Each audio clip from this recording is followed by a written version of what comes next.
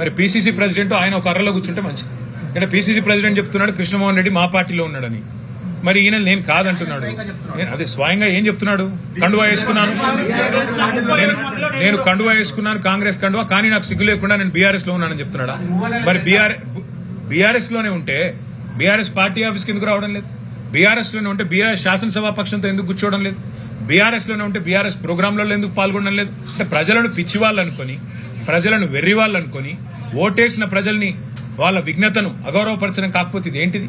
ఇంకోటి, ఎక్కడ చూసినా ఇవాళ మంత్రుల ప్రోగ్రాంలో నిన్న బూతులు తిడుతుంటే జూపల్లి కృష్ణారావు గారు, పొంగులేటి శ్రీనివాసరెడ్డి గారు టీఆర్ఎస్ ని, కేసీఆర్ గారిని బూతులు తిడుతుంటే అదే వేదిక మీద పన్లికిలించుకుంటూ కూర్చున్నది ఎవరు? మా బీఆర్ఎస్ ఎమ్మెల్యే కృష్ణమోహన్ రెడ్డి, కాంగ్రెస్ లో చేరిన కృష్ణమోహన్ రెడ్డి. నేను అదే అంటున్నా, వీళ్ళ దురవస్థ ఎట్లా ఉందంటే రెండే లింగాలు ఉంటాయి అవసరమైతే, ముఖ్యమంత్రి గారి భాషలో చెప్పాలంటే. ఒకటి పులింగం, ఇంకోటి స్త్రీలింగం. వీళ్ళు ఏ లింగమో చెప్పుకోలేని పరిస్థితులు ఉన్నారు ఇవాళ, కర్మ. కాబట్టి ఇట్లాంటి వాళ్ళని ఎన్నుకున్న ప్రజలు బాధపడే పరిస్థితి, ఇట్లాంటి వాళ్లకు ఓటేసి గెలిపించినందుకు కార్యకర్తలుగా మా కార్యకర్తలు బాధపడే పరిస్థితి. అయినప్పటికీ అత్యున్నత న్యాయస్థానం ఇప్పటికే చెప్పింది స్పీకర్ గారికి, మీరు వెంటనే నిర్ణయం తీసుకోవాలని. పిసిసి ప్రెసిడెంటే స్వయంగా చెప్పిన తర్వాత ఇంకా చర్చకు గానీ, ఇంకా ఏదో రకంగా తిమ్మిని బమ్మించేసే కార్యక్రమానికి కానీ ఆస్కారం లేదు.